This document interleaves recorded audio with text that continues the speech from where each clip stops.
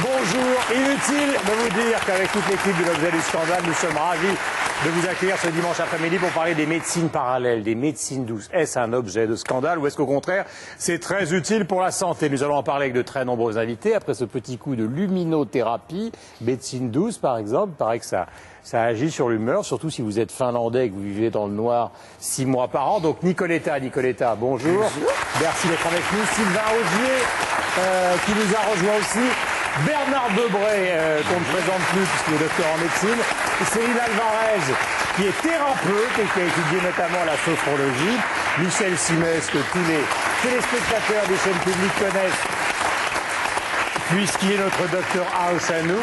Un colérique jogger, Marc Menant. Une chute au bois de Boulogne. Et le voici en train de hurler aux urgences. Il publie un pamphlet contre la médecine. Florent Martin, qui est, alors là, Florent, vous m'étonnez, zététicien, c'est ça, l'art du doute. Irène Frein, qui est romancière, et vous connaissez. Fabrice Bénichou, qui fut un grand champion de boxe, et qui lui aussi est avec nous. Générique, c'est parti.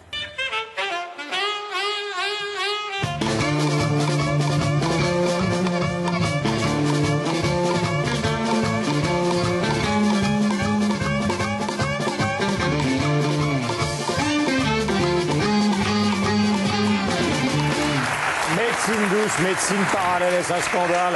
L'homéopathie, l'ostéopathie, la réflexologie, l'aromathérapie, la sophrologie, la musicothérapie, l'hydrothérapie, l'hypnose, le reiki, je sais même pas ce que c'est, la naturopathie. Bref, nous allons parler de tout ça, évidemment, en détail avec nos invités qui sont divisés sur ce sujet. Mais nous allons commencer par accueillir le camarade Jérôme Bonaldi qui sort du Salon des médecines douces qui a eu lieu il y a 3 semaines à Paris. Et dans un état, le brave garçon. Je pense que tu as fait beaucoup de conneries dans ta vie, mais celle-là est énorme. Vas-y. Je vais très bien. Je vais mieux. Oh, si vous saviez, ça a l'air très moderne, mais c'est en fait un truc Je ne comprends pas pourquoi tu es pieds nus mais habillé. Parce que, normalement, j'aurais dû faire une séance d'une demi-heure et j'étais totalement en sueur. Ouais. Et puis on a été pris par le temps, mais j'étais censé être en sueur complètement avec la chemise tachée de saleté intérieure. Alexandra, dès que je dis une bêtise, vous m'arrêtez, d'accord? D'accord. En fait, les Japonais, depuis très longtemps, quand ils pouvaient, se mettaient sur la plage au soleil, couverts de sable, et se faisaient chauffer. Ça faisait, par le sable, une chaleur infrarouge dans le genre, mais lointain. En gros, ça chauffe, mais ça chauffe, et c'est la même chose, en fait. Un circuit électrique qui chauffe ici du black carbone, Ouais. charbon de bois, quoi, en français. Du carbone végétal. Ouais. Carbone végétal, voilà. Et ça me chauffe non pas seulement l'épiderme, mais ça rentre à l'intérieur. Ça chauffe la graisse, ça fait exploser la mauvaise graisse. C'est un sauna, quoi. Ça Non, désintoxe. c'est pas la même chaleur. C'est pas la même chaleur. C'est des infrarouges lointains qui rentrent profondément. Et après, 45 €, une demi-heure, on se sent bien. Même si on se sent bien. On est détoxiné. Ça enlève les toxines. Elles s'en vont comme ça, par les glandes sudoripares. Ouais. Mais c'est vrai que j'ai pas eu le temps de le faire, mais normalement, ma chemise est cradingue. On est sale, quoi. Ouais. On est vraiment... Elle doit être grasse, la chemise. Comment Si ça fait exploser les cellules graisseuses, elle doit être grasse en plus, Ah oui, la oui, chemise. mais- C'est ce que c'est. C'est pour ça qu'il est du pieds nus. Si c'est cradingue, il va peut-être se laver avant. non? Non, Mais même quand on se lave, Ouais. je l'ai essayé, on se lave avant, on se met le grand crin, et ben il y a encore de la saleté intérieure. Deuxième objet du scandale, Ça, c'est si pas l'on mal. peut dire. Il va me falloir, mademoiselle, s'il vous plaît. Alors ça, c'est un fauteuil qui va vous désintoxiquer d'une façon... Et Alexandra, vous êtes la responsable, c'est vous qui avez inventé ces deux choses-là? Ah non, j'ai rien inventé du tout. Vous l'avez apporté? J'ai un centre de bien-être où j'utilise ces techniques. Ça détend? Oui, complètement. Ah oui, c'est Ça, formidable. enfin, au moins ça. C'est très Alors, bien. la cobaye, elle se met une ceinture qui est électrifiée là. Au poignet, vous mettez ça. Vous n'avez pas électrifié? Elle chauffe, mais bon, elle est très Elle chauffe. Asseyez-vous. Elle met les pieds dans de l'eau. Alors. De l'eau à quoi simplement? Justement, je m'en parlais. Elle a un pôle ici, l'autre pôle par les pieds, ça va faire électrolyse, le sel permet l'électrolyse de l'eau, mais ça ne fait pas une simple électrolyse, ça va électrolyser votre corps en entier. Vous y rajoutez un petit peu de... Là, elle respire un truc qui est... Un air enrichi en oxygène, elle est dans le nirvana, avec quelques petites odeurs pour l'aromathérapie. Vous mettez de la musique douce, dans le genre, est-ce que je peux vous mettre la musique pour que vous soyez au bord du nirvana? Et vous voyez l'eau qui est propre là actuellement, dans un quart d'heure, 10 minutes, elle va être sale. Preuve que, non pas elle était sale extérieurement, mais intérieurement il y avait plein de toxines. Ça va sortir comme ça. Bon, il y a l'anode qui en fait un petit peu, parce que ça se décompose, il y a un peu de métal, mais ça marche. Je vous mets de la musique. En même temps, ça c'est de la musique qui est à la fois hypnotique, intrinsèque et convulsive. Enfin un truc comme ça. Écoutez. Qu'est-ce que tu dis? Non mais Écoutez ça. hypnotique et intrinsèque, c'est la première fois que j'entends ça. Elle est polysensuelle. Elle est polysensuelle. Où est-ce que vous avez mal? Où est-ce que vous avez mal? Au genou. Au genou. Est-ce qu'on peut Nicoletta, mettre... le cou sciatique. Hein. Bah, c'est le, voilà. On peut Bah, mettre le un peu coup plus pour fort la Nicoletta. musique? La musique pour le genou. Voilà. Oh là là, j'en veux pas de ça. Vous allez mieux? Ah non, là, c'est carrément grave. Vous allez Mais pas c'est mieux? pour le cou, ça, c'est pour le cou. C'est pour le coup? Non. Ça soigne. Où est-ce que vous avez mal? Ça vous soigne là. Voilà. Voilà. Regardez ça. On pourrait croire que c'est une lampe de poche. Effectivement, c'est des petites LED avec 2 piles. Sauf que ça coûte 240 €. Vous le mettez comme ça pendant 40 secondes avec cette lumière très particulière et vous rajeunissez, presque à vue d'œil. Vous mettez comme ça 240 €. À ce prix-là, ça peut pas être une lampe de poche. C'est évidemment quelque chose qui marche. Hop, on se met comme ça et ça marche bien. Autre technique. C'est comme la luminothérapie, quoi. Oui. Tu commences Sauf que Clint la Eastwood vôtre- et tu termines Brad Pitt. La vôtre est un peu plus chère. Il y a un système qui est pas mal. C'est bon, vous connaissez tous les encens, les parfums, les effluves, l'aromathérapie, un petit peu. Et ça, l'urinothérapie. Ah non, non, non, non. Écoutez, il y a des réponse est adeptes. non. Là, c'est votre urine, hein. Non, non, non, non. Là, c'est non, la non. mienne. C'est Allez, à dose range-moi homéopathique. ça, s'il te plaît, range-moi ça. Merci. C'est du jus de pomme. Oui, je m'en doute que c'est du jus de pomme. Merci à Jérôme Bonaldi. Alors, bougez pas. Plus d'un Français sur 3 a recours aux médecines naturelles. Il y a 15 millions d'entre nous quand même. Une femme sur 2 les pratique. Et donc, après ces chiffres donnés, nous allons commencer avec nos invités pour savoir qui a recours. Et Nicoletta, est-ce que vous avez recours à... Moi, plein de choses. Comme j'ai horreur d'être malade, je ne veux pas tomber malade, je n'ai pas de doublure pour partir en tournée. Donc, comme j'ai été élevée à la campagne, dans un petit village au Savoyard, ma chère grand-mère nous soignait vraiment avec des plantes. Si j'avais des problèmes de bronchite, elle nous faisait un cataplasme de farine de lin. Je pouvais dire de moutarde de lin. C'était de la moutarde de lin. Moutarde de Ça très bon, arrache très la bon. poitrine. Mais pour le coup, là, par exemple. Bah, pour le coup, je prends un bon cachet antidouleur parce que j'ai pas d'autre solution. Non, mais vous avez... Quand j'ai très mal avant mais- d'entrer en scène, je fais de l'arthrose, évidemment, comme beaucoup de gens qui ont beaucoup voyagé. Et surtout, j'ai fait énormément de sport lorsque j'étais de 10 ans à 16 ans. J'ai Mais beaucoup vous êtes sollicité mon rétive à la physique. médecine classique, celle de Bernard. Si, je suis complètement pour, vous rigolez, pas du tout. Mais je pense que si on prend, par exemple, tous les matins du beurre, du miel, et qu'on prend, moi je prends une ampoule de gelée royale dès qu'il fait mauvais, du 15 septembre au 15 mars, je suis à la gelée royale tous les matins pour Donc pas de éviter- vaccination anti-grippe, gelée royale. J'aime pas les vaccins, ça me fait peur. Ah d'accord. J'ai peur On est des dans vaccins. l'irrationnel là. Mais je suis bizarre. J'ai Vous peur êtes des bizarre. vaccins Mais parce que je viens de vous la avez été vacciné. campagne. Pour Irène par exemple, est-ce que vous avez recours aux médecines dites naturelles, parallèles, douces? Je crois que j'ai recours à l'acupuncture, mais à la médecine, c'est-à-dire que le médecin acupuncteur que j'ai pratique également la médecine occidentale. Et si ce que j'ai requiert des médicaments classiques de notre pharmacopée, eh bien entendu, il me les prescrit. Ouais. Mais par exemple, je ne supporte pas les anti-inflammatoires et l'acupuncture est très efficace. Et par ailleurs, j'ai fait une expérience récemment assez étonnante. J'ai fait une chute au fin fond de l'Inde. Et donc, j'avais quand même très très mal à mon bras et je suis allée voir un centre ayurvédique et là, on m'a mis dans des étamines du riz au lait très très chaud C'est et bon, on le m'a riz au lait, en massé. plus. Moi, j'adore Eh bien, je suis restée, j'ai continué à nager, à marcher, etc. En rentrant en France, quand même, comme mon bras était un peu comme ça, là, vous voyez, il y a encore un petit peu. Je suis allée voir un radiologue, il m'a trouvé une triple fracture de l'os radiale. Il m'a dit, mais attendez, là, comment vous supportez la douleur? Je lui ai dit, écoutez, je me suis fait faire des massages là, en Inde, etc. Le chirurgien qui m'a vu m'a dit, moi, je ne perds pas parce que, en fait, ça a été formidable.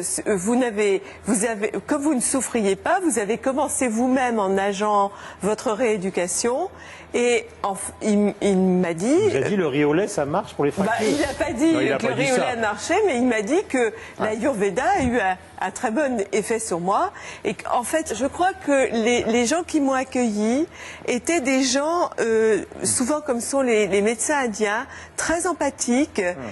Il y a c'est une véritable médecine d'accueil.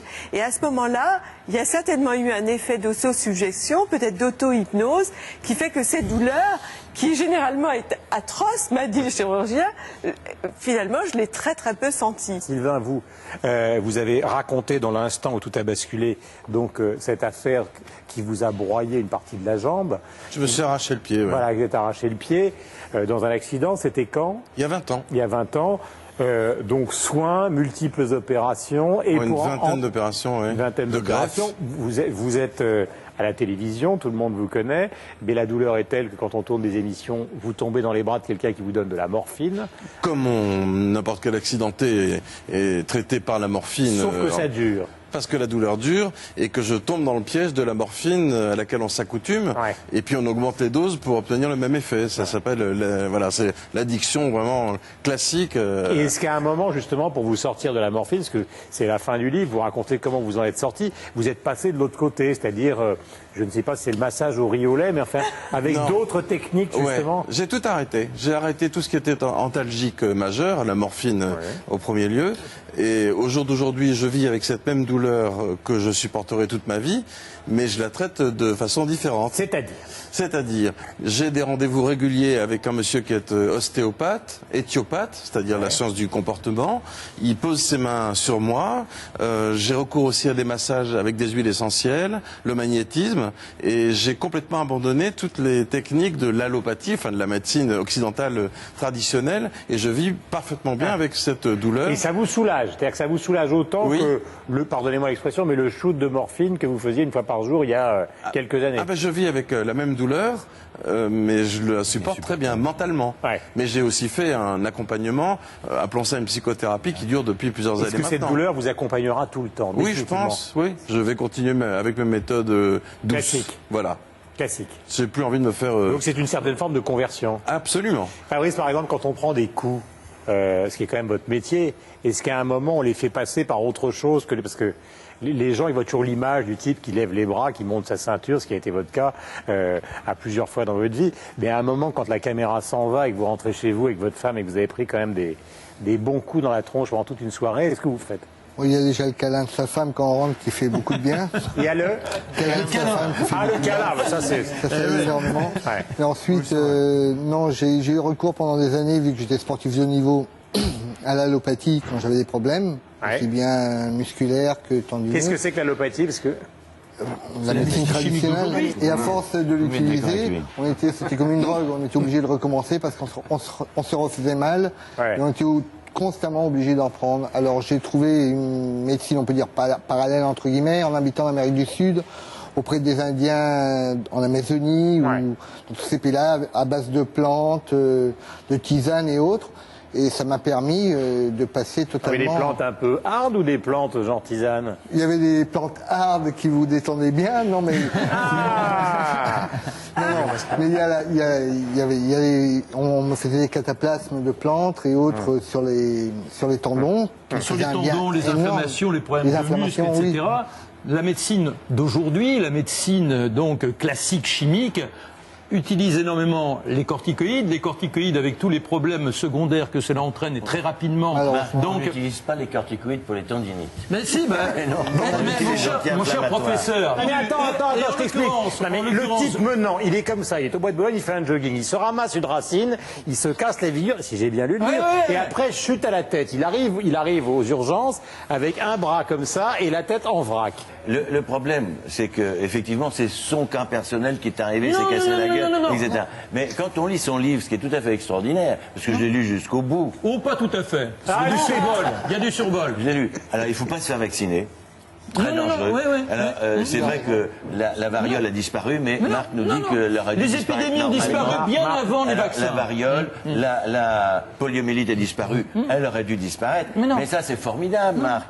Finalement, l'un des inventeurs du BCG lui-même a écrit un livre en condamnant le BCG, en disant que c'était le professeur Marcel Ferru. Bon, alors, je veux pas... On dirait un nom de gag. C'est amusant. Mais moi, je suis, contrairement à ce qu'on pense, je suis pas du tout opposé à d'autres médecines que la médecine allopathique. Alors, je ne veux pas qu'on jette la médecine allopathique comme le fait Marc Menant. Je la jette dans les abus qui sont les siens, qui déresponsabilisent, infantilisent l'individu. Parce que là, on est parti, on était tranquille. Oui. Hein, et puis, on est monté en comme ça. Mais Bernard, ce qu'on va faire, c'est très simple. C'est très simple. Donnez-moi, pardonnez-moi, 3 exemples de choses qui vous paraissent absolument anormales pour qu'ils puissent vous répondre. Parce que si c'est la médecine en général... Vous avez le bras, on veut vous le plâtrer avec obligatoirement les conséquences que cela impute, à savoir, après, l'impossibilité de pouvoir récupérer son articulation. Deuxième cas. Alors, les 3/4 du temps, et ça a été mon cas, j'ai refusé, et j'ai pu très rapidement, en faisant des cataplasmes d'argile, eh bien, regagner la mobilité, et aujourd'hui, mon bras fonctionne merveilleusement bien. Cas. Ma tête, elle tournait, j'avais des malaises. On ne s'est pas occupé de savoir si j'avais des vertèbres déplacées. Or, oui, j'avais des vertèbres c'est les mauvais médecins, c'est pas la médecine. Dans un hôpital, il n'y a pas de chiropracteur dans un hôpital. Et on vous donne quoi? On vous donne des médicaments. Mais il y a un rhumatologue. Le rhumatologue, il regarde pas les vertèbres. Il y a des kinésithérapeutes. Troisième cas. Attendez, Bernard et Michel. Troisième cas. Troisième cas, c'est l'abus donc de tous les médicaments et avec une mauvaise expérimentation de ces médicaments. Il suffit de regarder ce qui s'est passé dans les 5 dernières années aux États-Unis. On a retiré du marché 1489 médicaments parce qu'on s'est aperçu que, eh bien, malheureusement, ils avaient des effets secondaires dramatiques pour la santé. Alors, le livre est un cri, vous entendez Marc, il est là. Mais vous savez que c'est une émission qui dure, Marc. Hein. Oui, il ne va pas être supprimé dans l'après-midi. Donc prenez votre temps, détendez-vous, faites du jogging. Alors, non parce que il y a donc ce réquisitoire qui est très amusant et puis il y a des exemples de cures de revitalisation. Donc enfants et adolescents, des graines germées, de la spiruline, du jus de jeunes pousses d'orge, pour la fatigue des graines germées, pour les activités intellectuelles du ginseng de la gelée royale, pour la prévention et le soutien des cardiovasculaires du ginkgo et de la cérola, des oméga 3 et du silice. Personnes âgées, si vous nous regardez, nous vous aimons. Graines germées, spiruline, jus de jeunes pousses d'orge et aussi ginkgo. Alors on comprend le réquisitoire. Ouais. Mais maintenant, est-ce que tout ça vous paraît, parce que c'est ça l'objet du scandale, c'est la luminothérapie. Eh bien, la luminothérapie, c'est très utile pour ceux qui ne voient jamais la lumière, effectivement, vitamine D, etc. C'est tout à fait utile. Mais là où il y a de l'excès chez Marc Menant, l'excès, c'est qu'il prend son cas personnel. Non. Marc, il prend son cas personnel, il s'est cassé la gueule, des vertèbres déplacées. Si le médecin ne fait pas le diagnostic de vertèbres déplacées, c'est un mauvais médecin. Et c'est tout, on ne donne pas des anti-inflammatoires sans avoir fait un diagnostic. On ne traite pas la cause, on ne traite pas la conséquence sans traiter la cause. Il faut essayer de chercher la cause. Alors la cause peut se traiter différemment. On peut utiliser effectivement des cataplasmes, on peut faire de la chiropraxie, on peut faire des massages, on peut faire de l'acupuncture. Il y a tout ce qu'on peut envisager. Et c'est vrai qu'on peut traiter les conséquences qui sont les douleurs. Et les douleurs, je suis très intéressé. Vous avez dit, là, tout à l'heure, Marc, le ginkgo biloba, etc. Mais la moitié, si ce n'est les 3/4 de nos médicaments, sont issus des plantes. Mais et il vaut mieux savoir ce qu'on ce n'est pas Marc Menant contre le reste du monde. Non. Notre voisine n'a encore strictement rien dit. Et Michel, notre Dr House, n'a rien dit non plus. Qu'est-ce qui vous paraît, Michel, parce que au-delà du cas de Marc, qu'est-ce qui vous paraît, à vous, médecins, sérieux ou pas sérieux dans ce qu'on appelle globalement les médecines douces, parallèles, etc. Alors déjà, il faut savoir que l'Organisation mondiale de la santé a changé la dénomination de ces médecines parallèles pour montrer justement que c'était des médecines qui pouvaient être tout à fait recommandables à une condition, qu'elles n'obligent pas les gens à arrêter ce que la médecine classique peut leur apporter. On appelle ça aujourd'hui des médecines complémentaires. Et dans le terme complémentaire, il y a toute la symbolique du sérieux de ces médecines, de certaines de ces médecines. Le message qu'il faut faire passer, c'est qu'à partir du moment où un médecin, un praticien d'une autre médecine vous demande de quitter votre médecin traitant, d'arrêter le traitement qu'on vous donne, que ce soit pour un cancer ou une maladie bénigne, il faut partir en courant. Si c'est une médecine complémentaire, en association avec ce que votre médecin traitant peut vous recommander, à condition qu'il soit assez ouvert à ces autres médecines, il n'y a pas de problème, tout peut être je redonne ma recommandable. liste, Michel. Oui, homéopathie, Guigui. ostéopathie, réflexologie. Bon, homéopathie, c'est sérieux ou pas? Il y a des millions de Français. Et oui, si on y croit, voilà. Nous, scientifiquement, on n'a pas été formés à ça. Donnez-moi d'abord, répondez-moi sur les placebo. différentes grandes catégories de médecine parallèle. L'homéopathie, c'est du placebo. Ça veut dire quoi? Ça veut dire que si on y croit, ça peut apporter un certain nombre de Donc vous n'y soulagements. croyez pas du tout, quoi. Ah, pas du tout. Je peux dire que simplement, il y a des gens qui peuvent y croire. Mais il y a, dans la maladie, C'est il y a remboursé par la 30%. Sécu, soyez Mais ça, sérieux. c'est une erreur. Nous sommes le seul pays au monde à rembourser l'homéopathie. Combien? Le seul pays au monde à rembourser, je ne sais pas combien. 35%. Non, puis il y a aussi Et il y a quand même 10 millions d'utilisateurs. Non, mais il y a un autre élément important qui explique probablement pourquoi on rembourse l'homéopathie. Les gens qui prennent l'homéopathie coûtent pas très cher à la sécurité sociale. Peut-être que si ils arrêtaient de prendre des granules homéopathiques, ils passeraient, un certain nombre d'entre eux, à autre chose qui coûterait plus cher. D'accord, ostéopathie. L'ostéopathie, j'y crois tout à fait. Attention, Michel, attention. Attention par qui c'est pratiqué. L'ostéopathie, si c'est pratiqué par des gens qui ont été formés, qui ont suivi un cursus, tout ça, c'est très bien. Si c'est pratiqué par un type qui met sa plaque manipulateur de vertèbres, c'est dangereux. La réflexologie plantaire, par exemple. Les rares fois où j'ai essayé ça, vous êtes comme ça, donc dans un espèce de stallon, il y a un type qui vous prend les pieds, donc il vous chatouille ici, puis vous appuyez, ah, il dit vous avez mal au rein. À chaque fois, j'ai envie de hurler de rire. C'est sérieux ou pas? Non. Je le dis très clairement, non. Il n'y a aucune notion Parce que tout le monde vous dit, anatomique. moi ça me fait marrer, je dis, ah bon, réflexologue plantaire, Oui, et ça va puis beaucoup mieux, etc. l'iridothérapeute, l'auriculothérapeute, etc. Et le chiffre qui est frappant, c'est que quand c'est l'effet placebo, vous dites que 30% des maladies peuvent se guérir. Enfin, Irène parlait d'autosuggestion. C'est-à-dire qu'on a soi-même en soi, si on y croit, par la foi en quelque sorte, la possibilité de se guérir, s'auto-guérir. Vous savez ce qu'on dit, Stéphane? On dit qu'un c'est étonnant quand même, rhume non, sans médicaments, ça dure une semaine. Avec médicaments, ça dure 7 jours. On a compris que vous êtes dubitatif, sceptique, et en même temps, considérant que mais ça ne m'étonne pas, considérant que ça peut avoir un effet placebo sur les patients, de ce point de vue-là, vous ne pouvez pas être totalement contre. Sauf que votre voisin est totalement contre. Florent, pourquoi tout ça vous paraît une gigantesque farce? Je vous prends l'exemple typique en fait, qui concerne pas mal de gens, notamment ma grand-mère par exemple. Quand je lui demande est-ce que tu t'es bien fait vacciner contre la grippe cette année-là, elle me dit oui, c'est bon, j'ai pris mes granules, pensant grâce à l'habile marketing en fait qui est fait derrière. Que ça n'est pas une vaccination.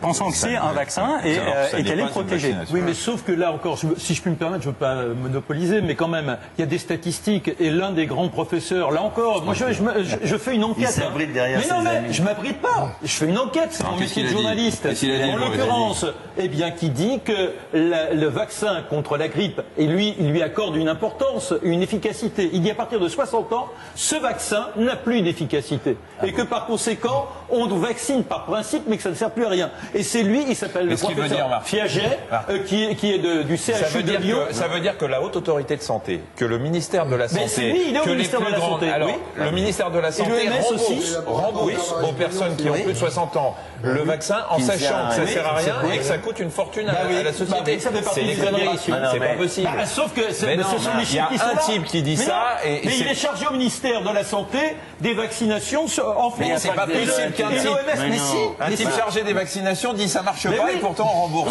C'est pas possible. Évidemment, il y a des publications qui sont faites et qui sont dramatiques pour la vaccination. Si on regarde l'avis de la communauté scientifique en général, c'est unanime. Le vaccin contre la grippe, il est efficace. Dans le cas de ma grand-mère, le réel danger pour le coup du placebo, c'est qu'elle pense être vaccinée et suite à une automédication, elle est en risque de danger de mort, réellement. Alors, ton discours sous-entend, et dans l'oreille, si ça rentre dans l'oreille des gens qui sont un peu sceptiques sur la vaccination, qu'aujourd'hui, c'est pas la peine de se faire vacciner, ni contre l'hépatite B, ni de faire vacciner son gosse contre la rougeole. Tu permets qu'aujourd'hui, si les gens qui t'écoutent croient ce que tu dis, on ne se fait plus vacciner contre rien, et demain, tu vas dans tous les hôpitaux de pédiatrie, dans tous les hôpitaux de pédiatrie, tu verras des gosses mourir d'une encéphalite due à la rougeole, que tu verras des cancers dus à l'hépatite B, etc. C'est pour ça ça que le discours est dangereux, qu'on a le droit de dire oui aux médecines complémentaires, mais dire que les vaccins ne servent à rien, c'est de l'irresponsabilité malgré toute l'amitié que j'ai pour ça. Je vais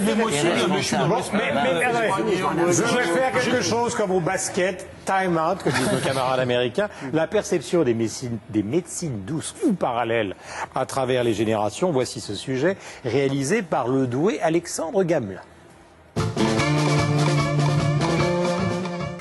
Ce rebouteux savait-il qu'il était à l'avant-garde de la tendance? Parce qu'aujourd'hui, pour être branché, il faut manger bio et avoir recours aux médecines parallèles. Exactement comme les paysans du 19e siècle. Le rebouteux connaît très bien le corps humain et décèle très vite l'origine du mal. Il pratique la médecine populaire, la médecine des primitifs. Médecine des primitifs peut-être, quand elle est efficace. C'est très bien. Plutôt que d'aller chercher aux quatre coins du monde des médecines alternatives, les magazines féminins feraient mieux de se pencher sur les vieilles recettes bien de chez nous. Par exemple, pour la sinusite, il y a une recette imparable. Il m'a fait mettre des feuilles de chou de Milan sur le front, là où ça fait fort mal. Je sais même pas si je l'ai fait une semaine. Mais ça s'est passé, et il y a 28 ans de ça, j'ai jamais eu de sinusite depuis. Et pour des pathologies plus graves, mieux que l'homéopathie, attention. Mon père avait un ami dont le fils était militaire, chasseur alpin. Il l'a attrapé là-bas, il s'est refroidi. Il a attrapé la tuberculose, ils l'ont renvoyé. Et son père l'a guéri en lui faisant avaler des limaces rouges vivantes, toutes crues. Alors, vous allez me dire, ça ne fait pas très sérieux. Mais quand le docteur Servan-Schreiber explique qu'il faut manger des fruits rouges et faire de la méditation pour ne pas avoir de cancer, ça nous fait un livre traduit en 33 langues et vendu à plus d'1 million d'exemplaires. C'est ça qui est nouveau, c'est l'évaluation scientifique de ces méthodes. Bien joué docteur, c'est ça dont rêvent les gens, un vrai médecin qui valide des thérapies alternatives. Pas vrai, rebouteux? C'est ça mon but. Faire coexister une médecine moderne, médecine des ancêtres. Eh ben, on dirait qu'il y en a un qui est passé à côté d'un sacré best-seller. Servan-Schreiber, qui est le dernier à avoir vendu à travers le monde entier ce livre faisant l'apologie des oméga 3, etc. Est-ce que vous y croyez? Moi, je vais vous dire, c'est une très grande arnaque. Ça prend tous les Et ce type... Non, pas l'oméga 3. Non, l'oméga 3 n'est pas un oméga. Ce que je dis simplement, le livre de Servan-Schreiber, si ce qu'il dit est vrai, il a eu un cancer, il a été opéré, il a eu la chimiothérapie, il a eu la radiothérapie, il est enfin guéri grâce à la médecine, je dirais allopathique, la médecine d'aujourd'hui. Et il vous dit, mais les mecs, moi maintenant je sais comment il faut faire, il faut bouffer de l'oméga 3, des graines de courge, des trucs et des machins, et ça ira très bien, vous éviterez le cancer. Pourquoi il ne l'a pas fait avant? C'est pas ça qu'il dit. Oh. Il dit non, c'est pas ça, faut pas déformer les propos. Il dit qu'en fonction de ce que nous mangeons, en fonction de notre comportement, et c'est ce que je disais tout à l'heure, il y a des pathologies.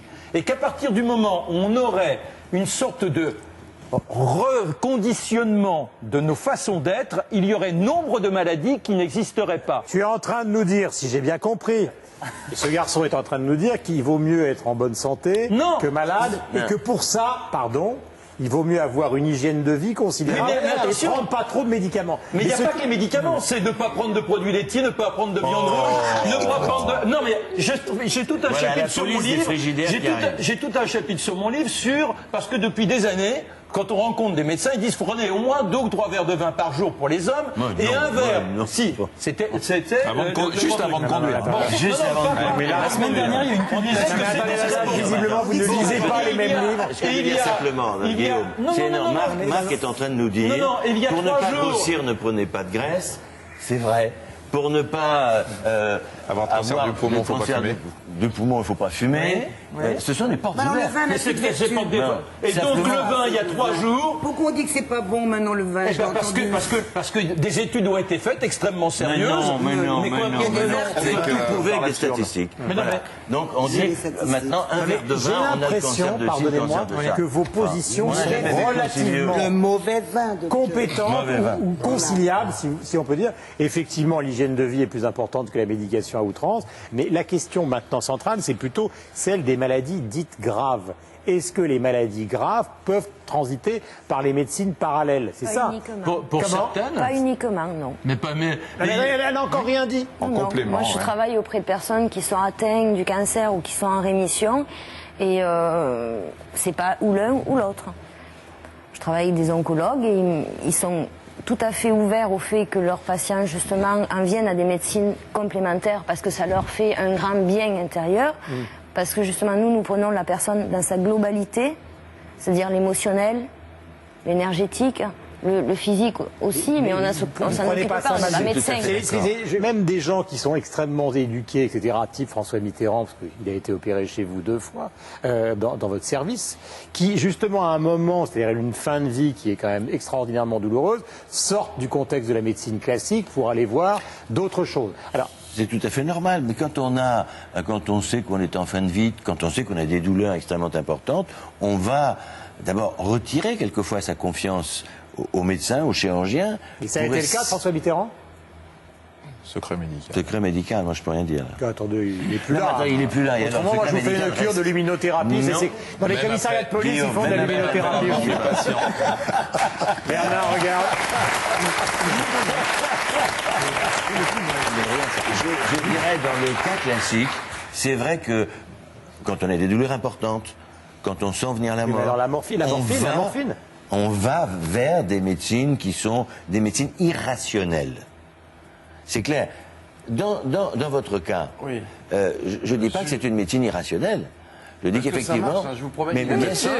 La personne dont je vous parlais, il est médecin et je vous garantis qu'il me soulage de ma douleur et je raterai son rendez-vous pour rien au monde. Croyez-moi, ça marche. Mais c'est pas des statistiques. Il y a une addiction au médecin qui va justement vous permettre, par des manipulations, de soulager. Et vous l'avez dit très justement, ça marche à 2.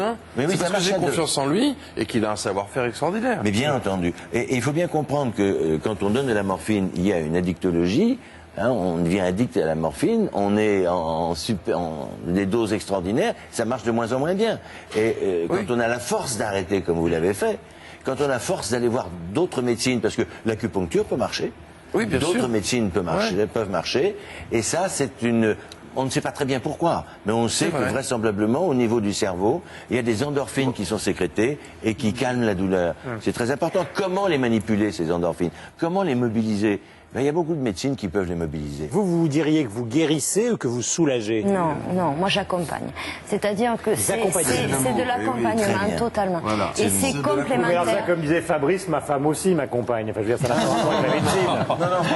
Non, mais attendez. Non, c'est un vrai travail. C'est joli. Non, l'accompagnement, c'est un vrai travail. Quand les personnes viennent nous voir, c'est parce qu'elles sont en souffrance, surtout émotionnelle. Mais bien sûr. Voilà, c'est tout.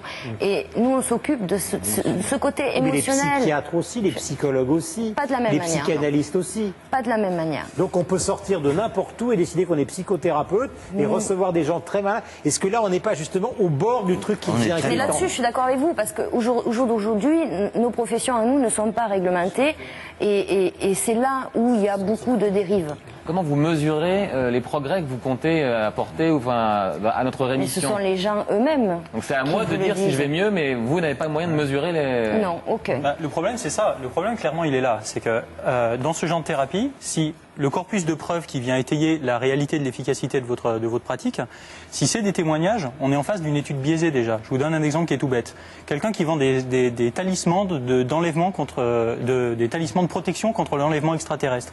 Lui, il est bon à tous les coups, parce que si les gens ils sont encore sur la Terre, c'est que manifestement ils n'ont pas été enlevés, et ceux qui ont été enlevés, ils sont juste plus là pour témoigner que ça marche pas. Vous voyez ce que je veux dire?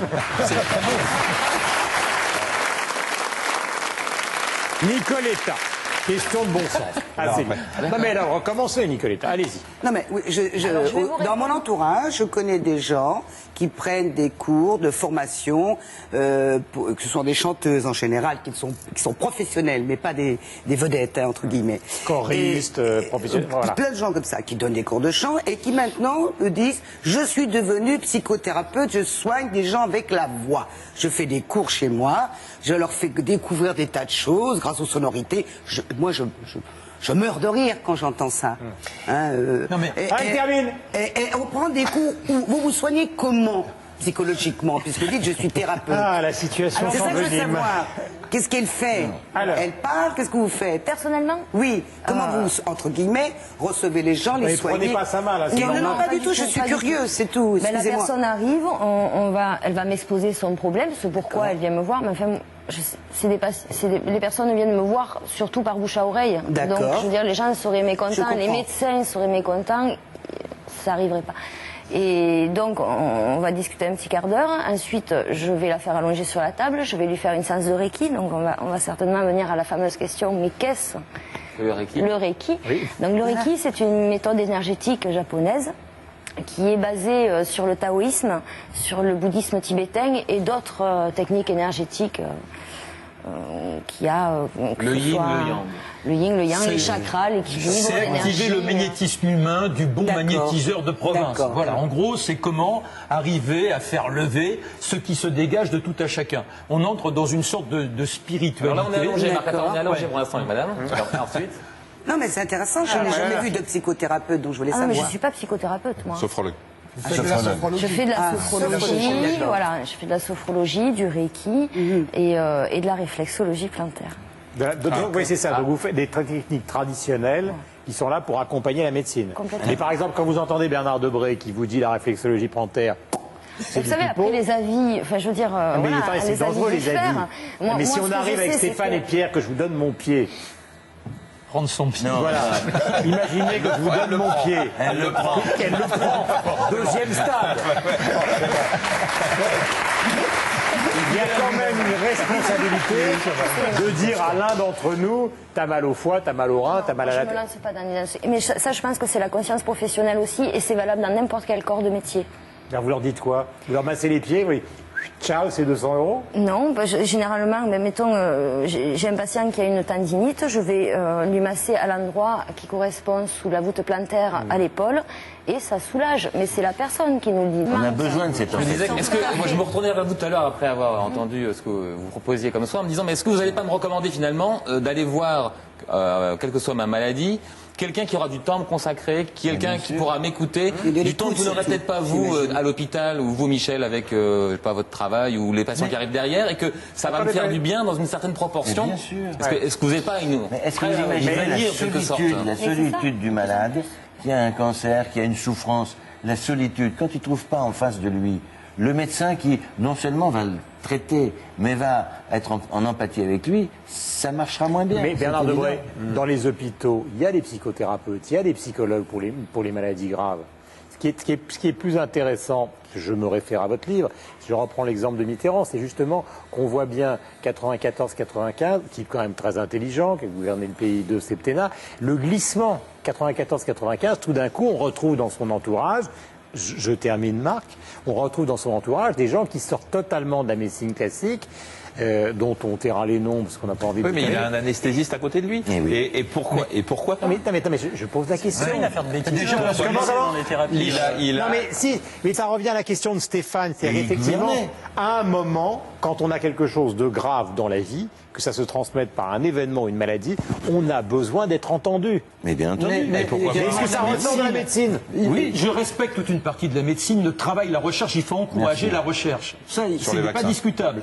Il y a une chose également, la récupération qui fait que le gars qui aurait rêvé de faire médecine, il ne l'a pas fait, et par une formation de je ne sais trop quoi, il devient praticien de santé. C'est la revanche. Il y a une sorte d'arrogance, comme le médecin peut en avoir une. Sans donner de claque à tes deux voisines, là, parce qu'elles ont failli en prendre deux, là.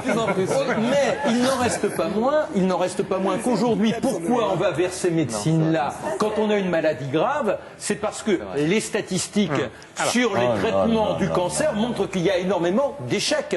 Moi, dans ma famille, il y a 5 personnes qui ont été touchées par le cancer, les 5 sont mortes. Je n'accuse pas la médecine. Ça veut dire quoi? Ça veut dire que les autres médecines auraient guéri ces cancers? Non, c'est pas ça que je dis. Ah bon. Je dis que si on va vers les autres, puisque c'était la question de Guillaume, c'est parce que malheureusement la médecine telle qu'elle existe dans sa toute-puissance laisserait croire qu'on a des résultats formidables, alors que malheureusement aujourd'hui on est encore dans des statistiques extrêmement désastreuses sur le nombre de cancers. Je voudrais que l'on progresse. Vous répondez. On guérit plus de la moitié des cancers aujourd'hui. Ça s'appelle ça des chiffres désastreux. Plus de la moitié des cancers sont guéris, pas soignés, guéris. On peut pas dire que c'est les cancers du testicule. Pardonnez-moi de parler du testicule, hein. Bon. Il y a 30 ans, il y avait 80% de morts. Aujourd'hui, il n'y en a plus que 1%. Mais non, mais quel est le plus célèbre? Lance Armstrong. Lance Armstrong. Lance Armstrong.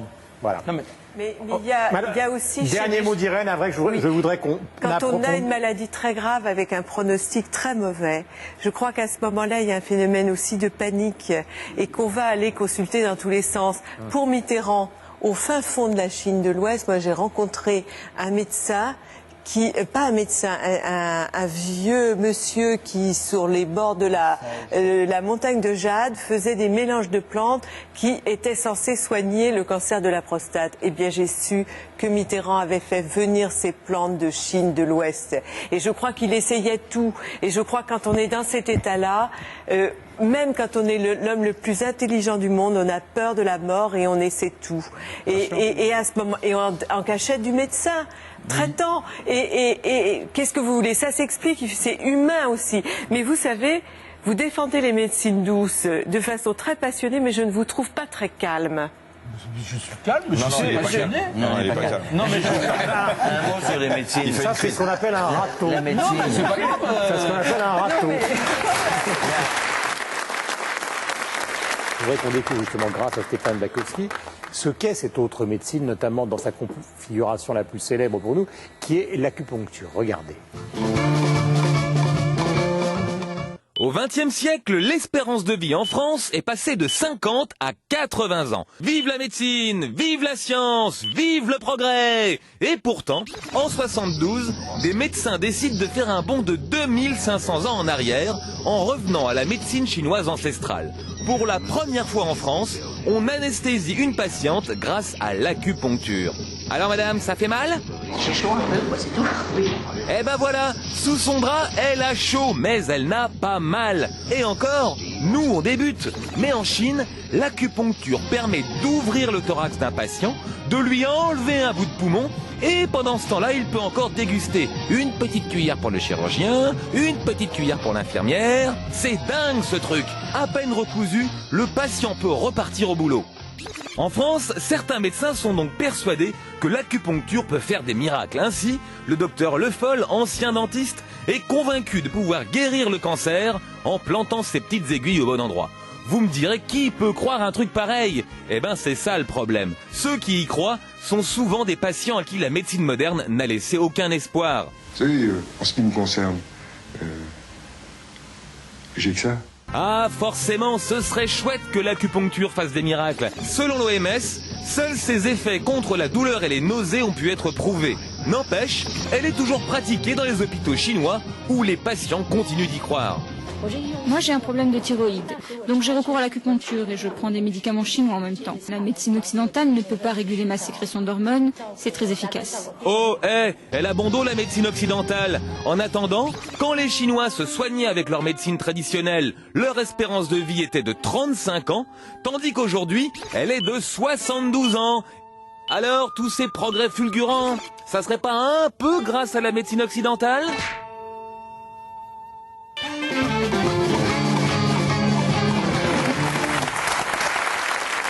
Posons ce problème. Ils sont plus d'1,5 milliard, les Chinois. Ils ont une médecine qui, au départ, était radicalement différente de la nôtre. Est-ce que c'est une médecine, pour vous, les médecins, qui est crédible? Il se trouve que je suis professeur à Shanghai, j'ai un service aussi à Shanghai. Et il y a 25 ans, une délégation chinoise est arrivée, nous a dit, nous avons maintenant un médicament formidable contre deux pathologies, deux médicaments plutôt. Une pathologie qui était le paludisme. Et il disait, mais grâce au président Mao Tse-tung, nous, aujourd'hui, il nous emmerde, Mao Tse-tung, il nous emmerde. Mais on ne les a pas crus. Et puis, grâce au président Mao Tse-tung, le grand timonier, un autre médicament contre le cancer, une leucémie. Évidemment, on ne les a pas crus. Maintenant, l'artémisine, heureusement que ça existe parce que on est résistant à la nivaquine, donc l'artémisine est un produit extrêmement important. Pour le paludisme. Oui, d'accord. Et deuxièmement, le traitement des cancers, des leucémies, certains types de leucémies, est issu d'une des plantes chinoises. Ça veut dire quoi? Ça veut dire que la quasi-totalité de nos médicaments sont issus des plantes, que maintenant on sait comment extraire les produits actifs, les principes actifs, qu'on dose mieux et qu'on traite mieux avec nos médecines modernes. Mais on fait des anesthésies à l'acupuncture. On opère sous acupuncture. Et c'est tout à fait vrai. L'acupuncture marche chez 90% des gens il faut effectivement avoir une empathie, il faut effectivement leur expliquer, il faut être près d'eux, et l'acupuncture, l'anesthésie par l'acupuncture, ça peut marcher. Et dans notre représentation, par exemple, on pense qu'arrêter de fumer, ça peut, l'acupuncture peut aider. Alors là, l'OMS dit que non, ça marche pas du tout, en fait.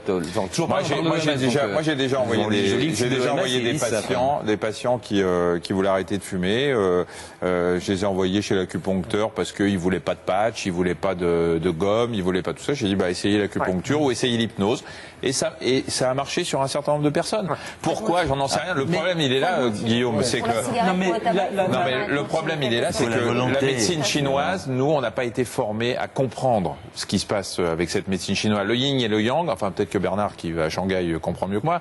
Moi, je comprends pas. Il y a un long chapitre sur le yin et le yang. Mais oui, mais il y a un long chapitre parce que c'est pas complètement faux.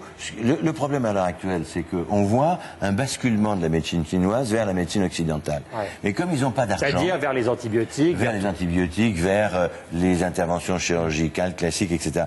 Alors, comme ils n'ont pas d'argent, parce qu'ils ne peuvent pas soigner 1,5 milliard d'habitants, pour l'instant, on a des farfelus qui nous disent le sida est soigné par la médecine chinoise. En Chine, c'est faux. C'est faux.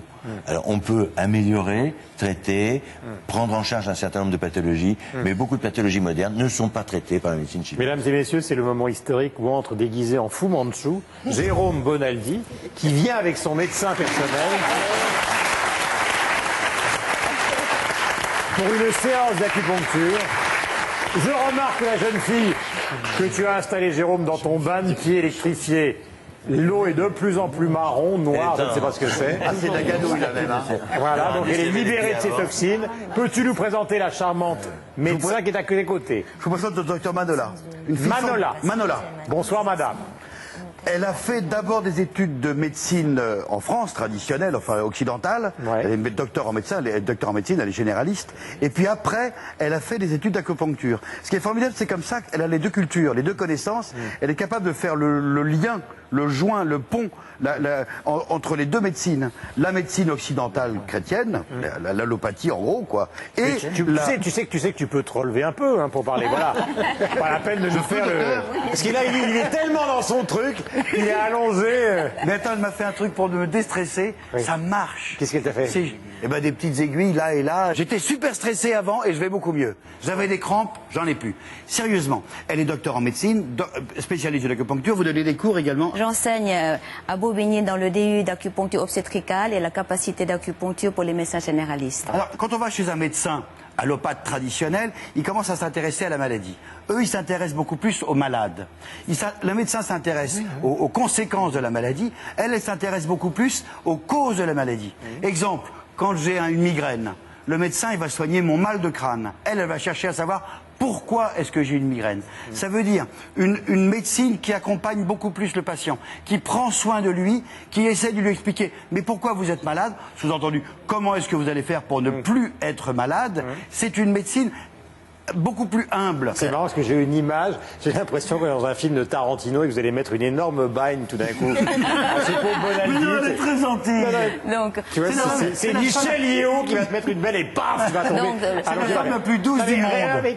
Qu'a-t-il ce garçon par exemple? Est-ce que vous pourriez faire... Jérôme, il est stressé. Ouais. Donc, j'ai mis des points d'acupuncture pour régler le déséquilibre énergétique interne qui a amené à son stress. Voilà. Quel est le fondement, le cœur de cette médecine? Le cœur de cette médecine, c'est basé sur le concept global de l'intégration entre le corps et l'esprit. Pourquoi on pique alors? Alors, on pique les points d'acupuncture, ce sont des points d'énergie situés sur des méridiens. Et les méridiens, ce sont des canaux invisibles de conduction de l'énergie et du sang. Et on règle les déséquilibres énergétiques des organes internes en piquant les points d'énergie. Combien on a de points?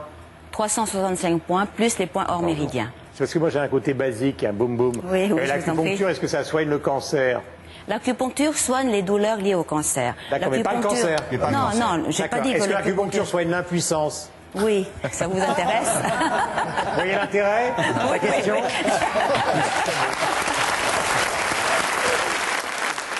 On est vraiment dans la cuisine, enfin dans la cuisine. La cuisine chinoise. Pas la cuisine chinoise. L'acupuncture n'est qu'une des branches de la médecine traditionnelle chinoise. Il y a également la phytothérapie, il y a le massage, il y a le tai chi. Le tai chi, le qigong et la diététique énergétique. Voilà. Et que derrière, lorsqu'elle me soigne, elle m'apprend surtout à ne pas être malade. Un peu comme les médecins chinois. Dans l'historique, on les paye pour ne pas être malade et on ne les paye pas quand on est malade parce que c'est la preuve que c'est un mauvais médecin. C'est une anticipation. Oui. Merci, docteur Bonaldi. Docteur Bonaldi, là. Mais moi, il y a un côté psychologique également. Je pense que chez les Asiatiques, non pas ici nos Occidentaux, car il y a une forme de condescendance de la part de certains médecins qui se croient supérieurs par rapport aux patients dans leurs discussions, et ça il y a ce côté psychologique qui est très dur, alors qu'en Chine, ils se mettent vraiment à l'égal du patient. Permettez-moi d'ajouter une chose. La médecine chinoise, je pense que c'est la médecine de l'humilité, de la sagesse et de la compassion. Il ne faut jamais mépriser aucune médecine quand elle a les 3000 ans d'ancienneté. Mais c'est pas pour ça qu'elle traite les maladies actuelles, les cancers. Moi, j'ai bondi quand on a vu qu'un malade disait je vais guérir mon cancer par l'acupuncture. Parce que moi je les vois. Je vois des malades qui arrivent avec un stade dépassé. Pourquoi ? Parce que ils ont mis leurs fesses dans la flotte avec le je ne sais pas quoi, l'électrolyse ou n'importe quoi. Et ils ont fait ça pendant 1 mois, 2 mois, 3 mois. Et quand ils arrivent, c'est trop tard. Je vois des malades qui ont été traités par une phytothérapie ou de l'acupuncture. Ils avaient un cancer. C'est trop tard. Alors encore une fois, comprenez bien, en complément d'une médecine occidentale, allopathique. Oui, pour les prendre en charge. Pour 2 raisons, je l'ai dit tout à l'heure. 1, parce que nous ne savons pas assez prendre en charge les malades, par prétention. Parce qu'on donne des potions, on donne des médicaments. Ça, c'est important. Et deuxièmement, parce qu'effectivement, une partie des douleurs, des symptômes qui accompagnent, peuvent disparaître avec la phytothérapie, avec l'acupuncture, avec beaucoup de médecines parallèles. Alors, question... Oui, mais Sylvain, bien sûr. J'ai le sentiment, alors peut-être allez-vous me détromper, mais c'est peut-être naïf comme question, mais que l'amour est une énergie incroyable qui nous donne une force inouïe. Vous avez parlé d'accompagnement, et là je m'adresse à vous, les docteurs traditionnels.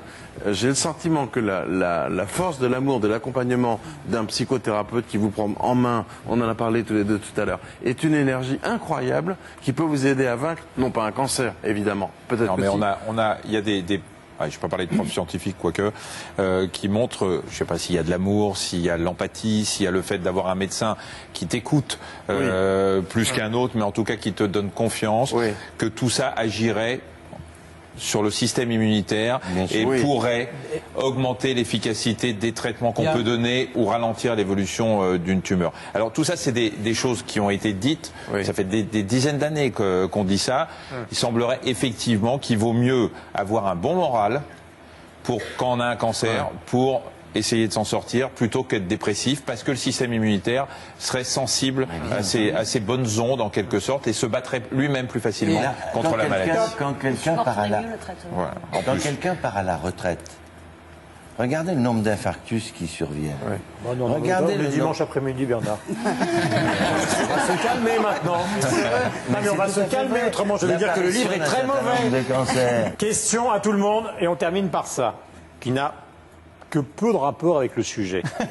C'est pour ça que c'est bien pour terminer, puisqu'on va parler d'art dans une seconde. Pourquoi les médecins à la télévision et au cinéma sont érotiques? L'urgence, le docteur Ross. Il y a justement, toute la journée, on lit, c'est encore le cas là, des reproches contre les médecins. Ils ne nous écoutent pas. Ils s'en foutent, etc. Et en même temps, alors là on est en pleine schizophrénie, c'est les plus érotiques, si on pouvait leur mettre la main au panier, etc. etc. Donc, expliquez-moi cette schizophrénie qui fait que la médecine est détestée et qu'en même temps elle est sexuelle. Irène est une spécialiste du fantasme. C'est la toute-puissance dans l'esprit des gens, c'est le fantasme du pouvoir, donc ça crée à la fois une sensation de rejet et puis une demande d'empathie. Vous savez, les choses sont doubles. Georges, enlève ta blouse. Par exemple. Mais là, ils sont pas en blouse. En plus, mais moi, je veux bien les voir en blouse.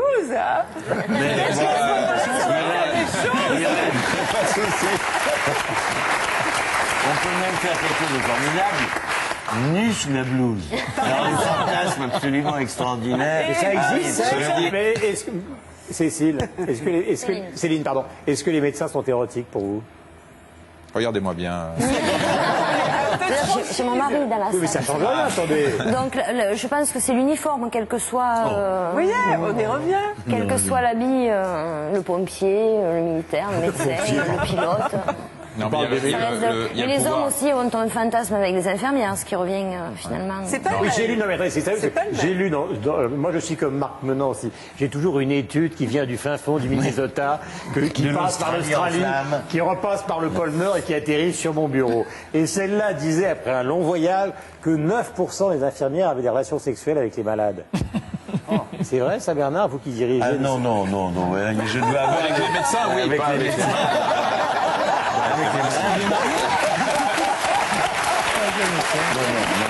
Pierre, alors parlons pour terminer un peu d'art, même beaucoup d'art. Est-ce que justement il y a un lien entre, on trouve toutes les semaines un lien qui existe entre les artistes justement et le sujet qu'on traite. Vers quel regard vous êtes-vous tourné cette semaine? Je ne vais pas vous parler de art-thérapie, parce qu'il n'y a pas dans l'art-thérapie une volonté d'œuvre, mais l'utilisation de médias pour aider les gens qui souffrent ou bien qui ont des problèmes psychiques surtout. Donc c'est pas ça que je vais traiter, d'ailleurs je n'y connais pas grand-chose. Par contre, je pense que tous les grands artistes exercent sur nous, je dirais, un système de fréquence, une émission de fréquence par la lumière et la couleur qui peut donner des résultats bénéfiques sur le comportement. Je pense que les gens qui vivent avec de la très grande peinture, eh bien, je crois, hein, j'ai dit croire, attendez, vous allez voir. Je crois qu'ils peuvent aller mieux que quelqu'un qui vit avec des croûtes. Surtout sur la peau. Ouais, vous voyez, le mot croûte, mais je n'ai pas dit par hasard le mot croûte. J'ai dit je crois. Mais je vais vous montrer quelques instants d'un DVD d'un grand artiste américain qui s'appelle James Turrell. Voilà le DVD. On va regarder un tout petit morceau d'un film. Voilà, regardez. Il a construit une casemate inspiré des Quakers. Les Quakers, c'était des pionniers américains, une espèce de secte religieuse qui faisait de la thérapie de groupe. Le plafond de cette casemate donne sur le ciel, est ouvert sur le ciel. Le plafond est ouvert sur le ciel. Et alors, regardez, ça devient maintenant vraiment de la peinture. Au fil des heures, le bleu du ciel, vous voyez, ça a été filmé très intelligemment, le bleu change, il va devenir très profond. Et pour James Turrell, ça c'est une façon de se soigner l'esprit et le corps par une méditation, une extase sensorielle sur la couleur et la lumière. Regardez ça, quelle variation sur plusieurs heures, ce que ça devient. Et là, maintenant je ne dis plus je crois, je dis je pense qu'on est devant du grand art qui agit sur le comportement et sur la santé. Dernière question, Marc qui a réfléchi à un livre que nous allons montrer maintenant. La médecine nous tue en rouge, donc aux éditions du Rocher. Alors, est-ce que vous considérez que la médecine classique a quand même perdu de sa superbe? Aujourd'hui, nous sommes dans une surmédicalisation et qui conduit à cet échec de la médecine. Pour cet excellent dictionnaire amoureux de la médecine, Bernard Debré, la réponse que vous lui feriez? Je lui ferai simplement que je lui souhaite de trouver un bon médecin quand il sera malade et d'arrêter de dire des bêtises. Ça, au moins, c'est radical. Toute ma famille est morte comme ça en allant voir des médecins, donc je pourrais pas... Mais ça, c'est des statistiques. Les statistiques, c'est qu'on meurt toujours un jour. Non, oui, mais Irène, c'est naufragé de l'île Tremblant. Où est-il? Dans l'océan Indien, au large de Madagascar. C'est un naufrage en 1761. Il y avait un médecin à bord et il a raconté. Et d'ailleurs, je suis allée voir un médecin pour essayer de comprendre les effets traumatiques après le naufrage. Et alors, lire un bon bouquin, je vous assure, c'est un sacré médicament. Et je pense que ça vous calmerait. Mais pourquoi vous les gâtez les choix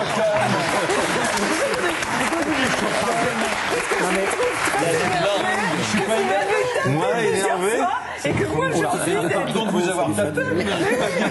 envie d'être cool ici.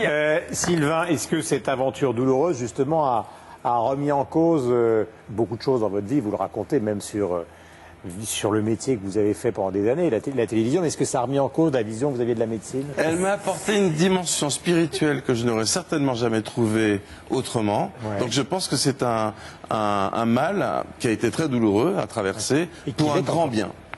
Et je suis heureux d'être... Je ne souhaite à personne.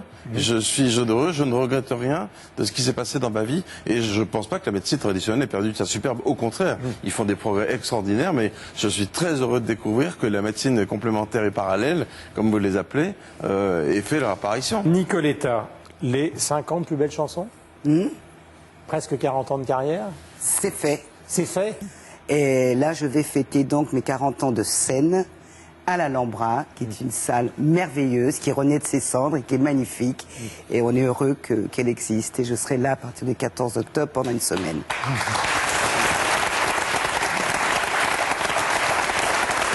Voici l'album.